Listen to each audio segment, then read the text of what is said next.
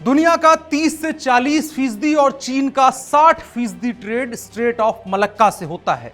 और अब भारत इसी इलाके में एक बड़ा पोर्ट बनाने जा रहा है, जिसका नतीजा यह होगा कि भारत सीधे तौर पर चीन को इस इलाके में चुनौती पेश करेगा। लेकिन इस प्रोजेक्ट से पूर्व remote controller of prime minister Sonia Gandhi समेत उनके पूरे परिवार को दिक्कतें हो रही हैं। और दिक्कत इस कदर है कि सोनिया गांधी ने बरसों बाद अखबार में लेख लिखकर अपनी दिक्कतें बताई हैं। सोनिया गांधी का कहना है कि नरेंद्र मोदी की सरकार यह विकास का काम करके पर्यावरण को नुकसान पहुंचा रही है। इसकी वजह से हजारों साल से वहां रह रही ट्राइबल कम्युनिटी के अस्तित्व पर खतरा मंडरा रहा है। लेकिन गांधी परिवार की इन दिक्कतों के पीछे क्या वाकई पर्यावरण है या खेल कुछ और ही है? इसको समझने के लिए हमें समझना होगा कि अभी भारत को हर साल करीब 1500 करोड़ रुपए का नुकसान होता है। क्यों? क्योंकि भारत आने वाले कार्गो का एक बड़ा हिस्सा कोलंबो, सिंगापुर और पोर्ट क्लैंग से होकर जाता है। इसे ट्रांसशिपमेंट कहते हैं। यहां भारत को ज्यादा पैसा देना पड़ता है, कार्गो आने में डिले होता है और कई बार चीन हमारे पूरे धंधे की जासूसी भी कर लेता है। और अगर यह पोर्ट बन जाएगा तो इससे हमारे कार्गो के रास्ते में कोई रुकावट नहीं आएगी। चीन, श्रीलंका और सिंगापुर जैसे देशों पर हमारी निर्भरता कम होगी। और यही नहीं, इस इलाके में हम समुद्री व्यापार के एक बड़े प्लेयर के तौर पर उभरेंगे। आप समझिए कि सिर्फ एक और बंदरगाह बनाने भर की बात नहीं हो रही है, बल्कि यह भारत की दशकों पुरानी समुद्री कमजोरी को ठीक करने का मौका है। दरअसल भारत के पूर्वी तट के ज्यादातर बंदरगाहों की गहराई 8 से 12 मीटर है, जो बड़े जहाजों के लिए काफी कम मानी जाती है। दुनिया के बड़े बंदरगाह 12 से 20 मीटर गहरे हैं, जो 1.65 लाख टन से ज्यादा के जहाज संभाल सकते हैं। और यह इलाका भारत के लिए इकलौता ऐसा इलाका बन रहा है जहां के तट पर समुद्र की गहराई 18 से 20 मीटर है, यानी बड़े जहाज भी इस इलाके में आ सकते हैं।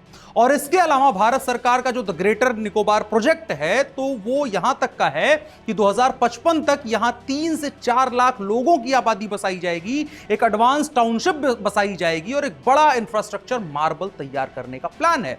सुरक्षा के लिहाज से यहां एक एयरफील्ड बनाई जाएगी, सेना के लिए एक बेस बनाया जाएगा और अंडमान में मौजूद ट्राई सर्विस कमांड को और मजबूती मिलेगी, जिसकी वजह से हिंद महासागर में भारत का प्रभुत्व बढ़ेगा। अंडमान और बंगाल की खाड़ी के इलाके में भारत पैनी नजर रख सकेगा और इस इलाके से भारत की ओर आ रहे किसी भी खतरे से निपटा जा सके। लेकिन सोनिया गांधी इन सब चीजों को इग्नोर करके अपनी कहानी लेकर आ रही हैं। निकोबारी ट्राइबल समूहों को लेकर चिंताएं बता रही हैं, लेकिन वो भूल रही हैं कि 2004 में इसी इंफ्रा की कमी की वजह से इसी इलाके के जो निकोबारी लोग विस्थापित हुए थे, उनको ये वापस कभी नहीं ले आ पाए। और आज जब इस सरकार इस इलाके को मेनस्ट्रीम कर रही है, तो इनकी पर्यावरण की चिंताएं उभर रही हैं। प्रतीत होता है कि इनकी चिंताएं किसी और की चिंता है। चीन के प्रभाव को इस इलाके में भारत सीधी टक्कर देने की तैयारी कर रहा है। तो एक भारतीय होकर सोनिया गांधी ऐसा क्यों चाह रही हैं कि पर्यावरण का बहाना देकर इस प्रोजेक्ट को रोका या बदनाम किया जा सके? यही सोनिया गांधी जब यूपीए सरकार में सुपर पीएम थी, तब पर्यावरण के नाम पर इनके मंत्री विभिन्न विकास परियोजनाओं की फाइलें बरसों तक रोक देते थे। मंत्रालय के पूर्व सचिव रह चुके आईएएस अफसर अनिल स्वरूप ने तो यह भी कहा है कि जयंती नटराजन इन फाइलों को क्लियरेंस देने के लिए रिश्वत लेती थी। 2014 की एक रैली में नरेंद्र मोदी ने इसे जयंती टैक्स कहा था। सोनिया गांधी को याद हो कि अपने समय में गांधी परिवार ने कोको आइलैंड से लेकर कच्चा थीवू द्वीपों तक पर अपना दावा छोड़ा था, और आज जब अपने द्वीपों पर अपना कब्जा मजबूत कर रहे हैं तो इनको तकलीफ हो रही है। अमेरिका के प्रसिद्ध इतिहासकार और नेवी अधिकारी अल्फ्रेड महान ने एक समय में कहा था कि जो भी समुद्र को कंट्रोल करता है वो दुनिया को कंट्रोल करता है। सोनिया गांधी इस प्रोजेक्ट के खिलाफ क्यों हैं, इस कथन के निहितार्थ समझने से सब समझ में आ जाता है।